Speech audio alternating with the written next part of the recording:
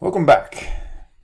Today's lesson is still in categorical logic. We are going to be discussing the traditional square of opposition. So in the last video we talked about the difference between the Boolean and the Aristotelian standpoints when it comes to universal propositions, how they differ in their interpretations of those. According to the Boolean standpoint, no universal propositions imply the existence of anything. And so we use the Boolean or the modern square of opposition to test immediate inferences. Well, since Aristotle or the Aristotelian perspective disagrees when it comes to universal propositions, we need a different square of opposition in order to test immediate inferences, because the Aristotelian standpoint allows us to make inferences of certain kinds that the Boolean standpoint did not allow us to make.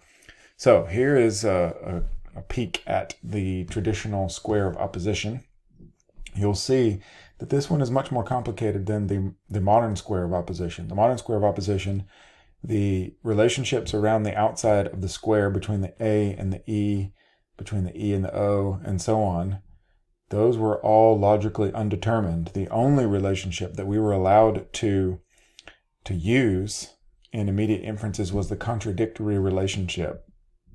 So you'll see that relationship between O and A, I and E. Those are the contradictory relationships along the diagonals of the square. Because the Aristotelian standpoint allows some universal propositions to have existential import, we've got these new relationships, the contrary, subcontrary, and subalternation relationships. So let's talk a little bit about each one of these relationships, and then we'll use the square to test some immediate inferences. So contradictory means exactly the same thing that it meant according to the modern square of opposition. Contradictory is opposite truth value. So if you know that the truth value of the A proposition, for example, all puppies are cutie pies, is true, then you know the corresponding O proposition along that diagonal must be false. They have to have the opposite truth value. So that's the same. The first new relationship is the contrary relationship. According to the contrary relationship, at least one of these propositions must be false, but they cannot both be true at the same time. So for instance, if we've got our pet proposition that we've been using, all puppies are cutie pies, we know that one's true. Well, if we know that one's true, and contrary tells us that they both cannot be true, then that means the E proposition, that's the relationship between A and E, is contrary. The E proposition must be false, because one of them has to be false. They both cannot be true. So if the A is true, then the E's got to be false. Likewise, if we had a proposition of the E form that we knew was true, such as no reptiles are warm-blooded, or something like that, no lizards are warm-blooded, that is true, and that's the E form. According to the contrary relationship, at least one of them's got to be false. They both can't be true. So that means that the corresponding A proposition, all lizards are warm-blooded, must be false. So that's the contrary relationship. Now take a look at the subcontrary relationship. According to the subcontrary relationship, at least one of them must be true, not both false. So if we knew that one of these was false, the I or the O proposition, and subcontrary tells us that they both can't be false, or at least one of them's got to be true, then we know that the other one has to be true. So let's think of an I proposition that's false. Something like, some puppies are ugly. We know that that is false. So if that one is false, according to the subcontrary relationship, one of these has to be true. So that means the O proposition, some puppies are not ugly, must be true. That's all there is to it. They both can't be false. One of them has to be true. Finally, the last relationship, the subalternation relationship, is probably the strangest one. I don't know, maybe it's the easiest one for you. But according to the subalternation relationship, truth flows down and false flows up. So what do we mean by that? Well, what we mean is, if you know that the A or the E proposition, one of those universal propositions, is true, and according to the subalternation relationship, truth flows down, then you know that the corresponding particular proposition must also be true. So if the A is true, then the I must be true. Or if the E is true, then the O must be true. For instance, we considered the inference from all puppies are cutie pies to some puppies are cutie pies in the last video when we were talking about existential import. Well, according to the Boolean perspective, we were not allowed to make that inference because it committed the existential fallacy. Well, according to the Aristotelian standpoint, some universal propositions do have existential import, and so we are allowed to make those inferences. And this subalternation relationship is supposed to reflect that. We are allowed to make that inference from all puppies are cute to some puppies are cute, because truth flows down. Subalternation also tells us that false flows up. So if you know that the I or the O is false, and falsity flows upwards along those arrows, then you know the corresponding relationship along the subalternation relationship must also be false. So let us consider a false O proposition. Some rabbits are not vegetarians. That proposition is false because all rabbits are vegetarians. So if we know that the O proposition is false, and false flows upwards according to the subalternation relationship, then that means we also know that the corresponding E proposition is also false. No rabbits are vegetarians is also false, because false flows upwards. So that's the 4 relationships between these different standard form categorical propositions. So now let us consider some immediate inferences. Okay, so remember, immediate inferences are arguments with a single premise, and we are going to be determining whether or not these immediate inferences are valid. The first one that we're going to look at, the premise is all Oreos are tasty treats. So if that premise is true, that's an A proposition, so I've labeled it there true. And the conclusion is an E proposition. According to the contrary relationship, we know that at least one of these must be false. They both cannot be true. So since we know that A is true, we know that E must be false. And that matches exactly what we have in our conclusion. So that inference is valid. Let's consider another. If we had a premise, some children are perfect angels, and a conclusion, some children are not perfect angels, is that a valid inference? Well, that is the subcontrary relationship. And subcontrary tells us at least one is true, they both cannot be false. So if we're assuming that the premise is true, that's the I proposition. The conclusion is the O proposition, so we are talking about the subcontrary relationship. Do we know what the truth value of the conclusion is? Well, subcontrary relationship tells us that at least one is true. They both can't be false. Once we know that the I is true, that condition has been met. We know that at least one is true because the I is true. And they are both not false because the I is true.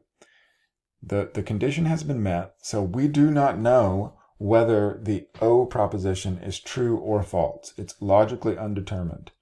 And just like we saw with the modern square of opposition, when the argument or the immediate inference does not give us true as a conclusion on the square of opposition, if it tells us that it's false, or if it tells us that it is logically undetermined, then the argument is invalid. So this is an invalid inference because we don't know for sure what the truth value of O is.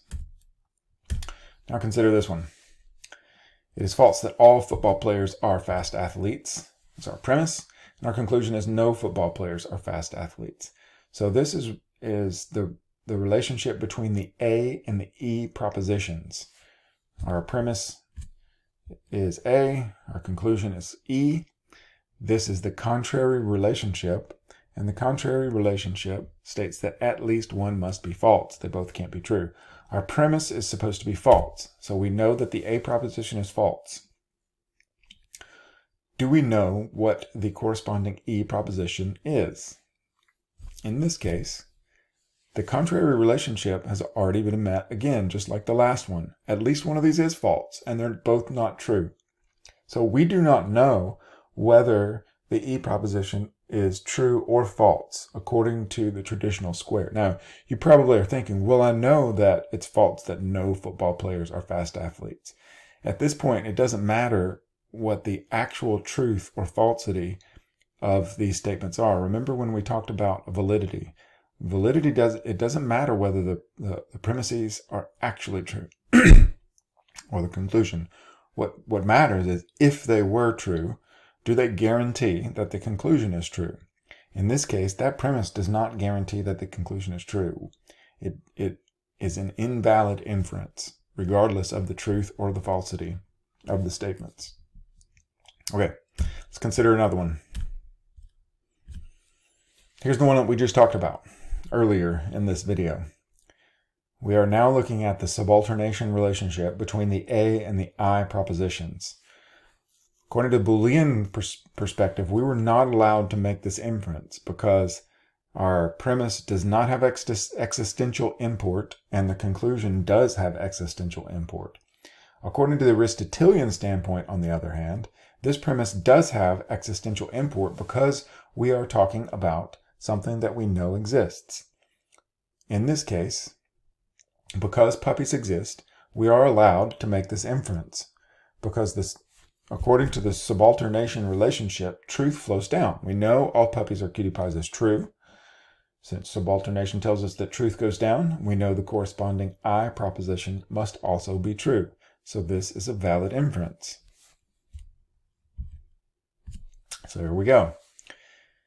This is the big difference between the modern square of opposition, the Boolean standpoint, and the Aristotelian standpoint and the traditional square of opposition. Boole didn't allow us to make this inference, but as I said earlier, the Aristotelian standpoint is a little more aligned with common sense. So this one allows us to make this inference when it comes to things that are statements that are talking about something we know that exists. Okay, let's try another one. Our premise is, it is false that cats are reptiles. That is the I proposition, and we are going up to the conclusion that's an A proposition. So again, we're in the subalternation relationship. It tells us that false flows upward. Well, the premise tells us that our I proposition is false. Some cats are reptiles is false. And since also subalternation tells us that the falsity goes upwards, that means the corresponding A proposition must also be false. And that's exactly what our premise, or excuse me, that's exactly what our conclusion tells us. So in this case, we have a valid inference because the square gives us exactly the answer that we were supposed to get. All right, what about this one? Some chickens are not heroes, therefore no chickens are heroes. We've got an O proposition as our premise, and an E proposition is our conclusion. Subalternation tells us that truth flows down. So if we're assuming that that premise is true, there we go. And subalternation tells us that truth goes down. It doesn't tell us that truth goes up. Only false goes up and only truth goes down. So if the O proposition is true, then we do not know what the corresponding E proposition is. It might be true, it might be false. Logically, we cannot infer from a true O proposition anything about the truth value of the E proposition. So this is an invalid inference.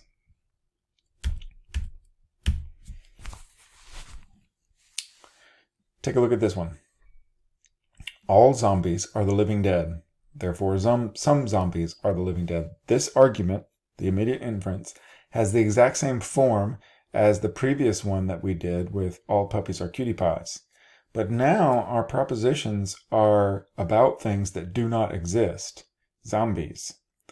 So what does the traditional square of opposition tell us in this case?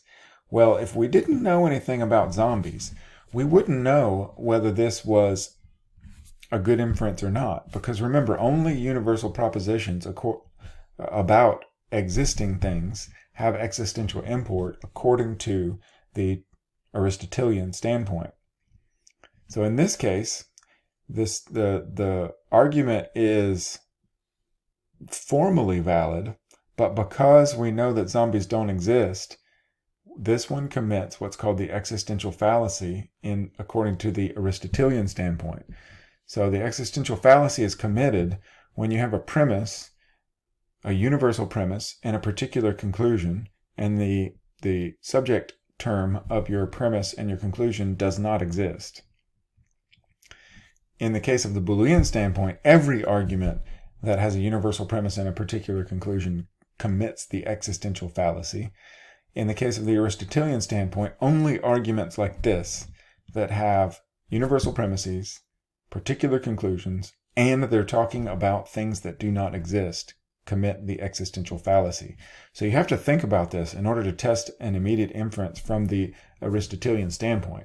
You first look to see if the square gives you the right answer. And in this case, since we're assuming that the premise is true, all zombies are the living dead, we would think that subalternation tells us that truth flows downward, and we would get true. But in this case, since we're talking about zombies, we have to think about this. Does the universal premise talk about things that actually exist or not? And in this case, it doesn't. So we have an invalid inference. It commits the existential fallacy. This time we have a premise that is particular and a conclusion that begins with "it is false that." Some unicorns are not slimy toads, which is the O proposition.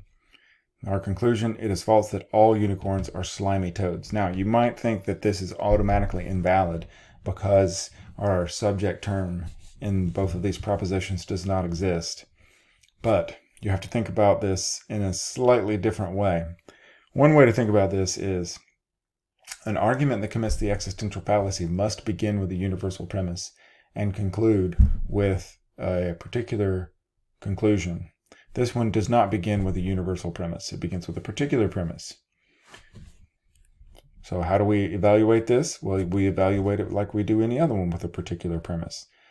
We're going from the O proposition to the A proposition. So that is a contradictory relationship. And contradictory tells us that it's got the opposite truth value. So it doesn't matter in this case whether unicorns actually exist. We can always do the contradictory relationship, no matter what we're talking about. And one reason why we can do this is because Aristotle believes, the Aristotelian perspective and the Boolean perspective agree when it comes to particular propositions. All of these mean at least one of these things exists, and in this case, it is not a member of the subject or the predicate term category.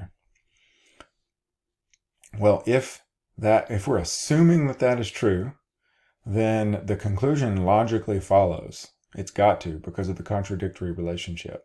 But remember, back in the beginning of the semester, when we were talking about validity, and this might seem confusing to some people because of the nature of validity. I mentioned this before. Validity doesn't matter whether the premise is actually true or not. All that matters is if the premise was true, does the conclusion follow? So there is something wrong with this argument, but validity is not the problem. This one is valid. The problem is, according to both the Aristotelian and the Boolean standpoint, we've just got a false premise. Some unicorns are not slimy toads is false because it implies the existence of something that does not exist. Remember, we're supposed to interpret particular propositions in a way like this. At least one unicorn exists, and that unicorn is not a slimy toad. Well, that is false because unicorns don't exist. So we are going to have to interpret all of these particular propositions like this. If the subject term does not exist, it's a false proposition. The problem is not that it's invalid. The problem is that we have a false conclusion.